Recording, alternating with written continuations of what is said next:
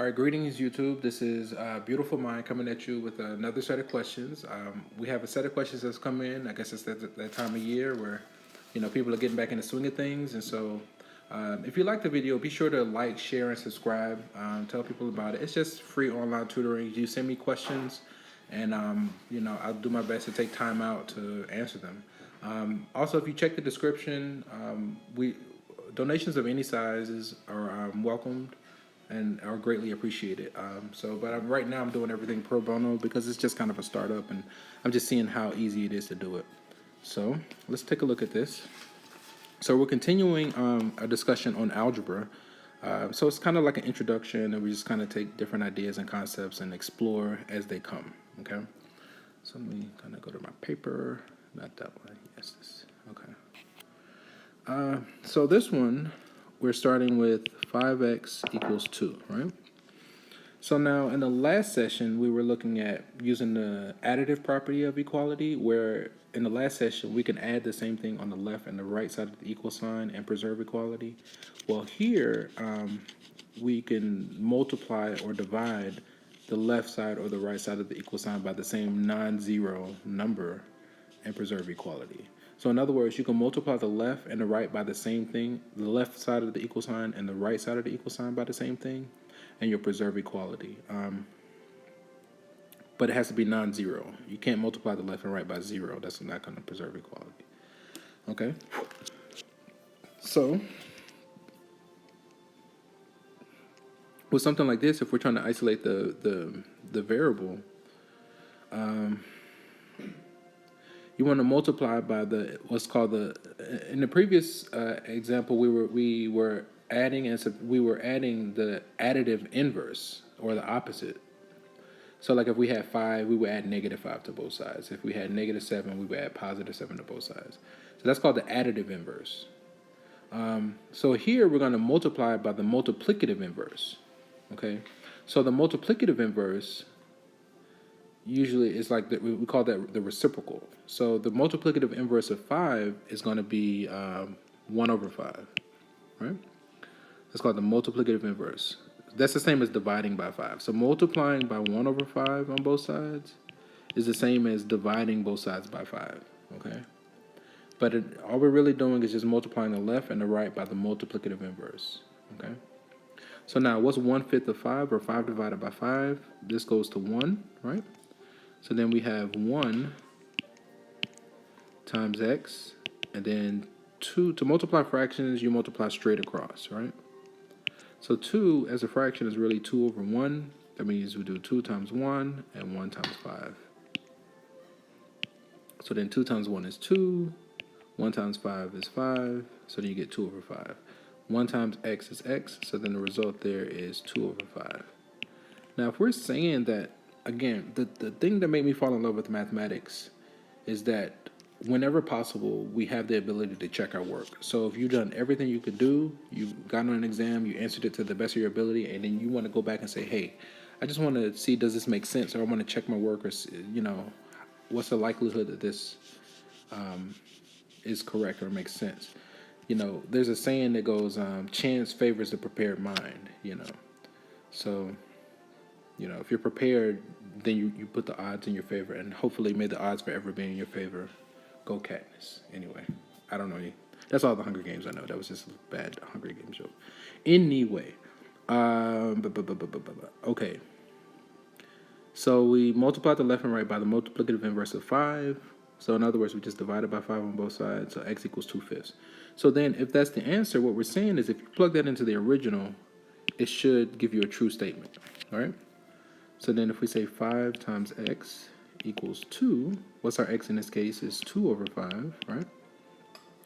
So then if we multiply, now we said to multiply fractions, you multiply straight across. So the top with the top and the bottom with the bottom. This cancels this, and you get 2 equals 2. It's true, okay? This is our check, okay? So that was that one, okay? Let's try another one.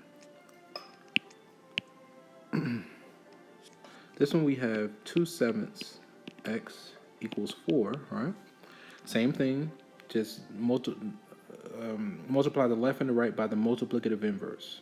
Okay, so what's the inverse of 2 sevenths? Well, you just flip it upside down. You flip it over. It's going to be 7 over 2, right? 7 over 2. Okay, so if you say 7 over 2 times 2 over 7, you got a 2 on top, 2 on the bottom. They're going to cancel. You got a 7 on top, 7 on the bottom. They're going to cancel. So then that's just 1 times x. All right? Now, over here, we have a 4 on the top and a 2 on the bottom. So 4 divided by 2 is 2. Right? And then 2 times 7 is 14. So then we're saying that the solution is x equals 14. Now, what does this mean? We're saying that when you plug in 14 in the original, the final answer should be 4. Let's see if that makes sense. So then we just want to do a quick check. 2 over 7, 2 over 7 times 14. The question is, does that equal 4? Okay. So then if we're multiplying by 14, keep in mind this is 14 over 1. This is the same as 14 over 1. So if you have a 14 on top and a 7 on bottom, 14 divided by 7 is 2. And then 2 times 2, so then you have 2 times 2 is indeed 4. Okay. I need to see the time, but it's okay.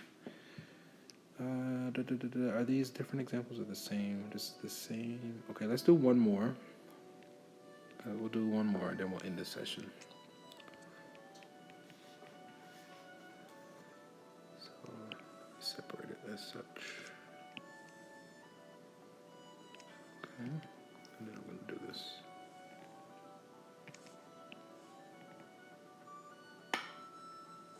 Okay. So this one we have 3x plus 5 equals 2x plus 1, right? Now this is essentially the same thing we've been doing, just a little bit different. The thing about math is mathematics is all about pattern recognition, your ability to pick up on patterns. And the only way you're really going to pick up on the pattern, you got to do repetitions. At least I know for me, I'm a creature of habit. I do a lot of things out of repetition, out of habit, but that's how you get good at it. Think about it. What we do the longest, we do the strongest. One of my teachers, one of my great teachers would say, what we do the longest, we do the strongest. You know, whatever you're really good at, you didn't get good at it overnight. It wasn't introduced to you yesterday and you were mastered it. Something that you're really good at, you do it all day, every day. So if you really want to be good at mathematics, you got to do it all day, every day. That's just the long and short of it all. You have to. If you don't, then you're not going to know it like the back of your hand. So here with something like this, again, we just want to isolate the variable. We want to get the variable. We want to get it on one side of the equation and then the constants on the other. Okay. So we can still use the additive property of equality. So we can add the same thing on both sides. In this case, I want to move the 2x to the left by adding negative 2x to both sides. I know that kind of sounds a little backwards, but that's essentially what we're doing. Okay, now the equal sign comes down. 2x plus a negative 2x is 0, so that's just a 1 there. 3x plus a negative 2x is just a 1x, or just x. Okay, so we get this. Everything else just comes down. So now we're back to something that's familiar. What are we going to add to the left and right? We're going to add negative 5 on the left side of the equal sign and negative 5 on the right side of the equal sign for balance. That's why I like math. It's all about balance and harmony. I'm all about peace, balance, and harmony, love, reciprocity, these things. See, the more you hang out with me, the more you're going to see math isn't really a subject. It's more of a way of life. It's really interesting. So anyway, it's more of a philosophy or a way of life. But that's neither here nor there. So then negative 5 plus negative 5 is 0. So then we have x equals, and then 1 plus negative 5 is negative 4. Let's do a quick check, and then we'll end the session here. So x is negative 4. So what we're saying, if x is negative 4, when we plug it into the original, it should give us a true statement. So I'll do a check here. So then we have 3 times x plus 5 equals 2 times x plus 1, right? What's our x in this case? Is negative 4. Note how I did this substitution. I did a set of blank parentheses for all my x's and then put my substitution into the parentheses. What that does, it helps us to keep track of our negatives. Without the parentheses, it's going to throw things off. Okay? So then from there, 3 times negative 4 is negative 12 plus 5. 2 times negative 4 is negative 8 plus 1. So then we want to see if this is true or not. What is that? That's a 5 and a 2 is a negative 7. Negative 7. Is that equal to negative 7? Yes, it is. Okay. So with that,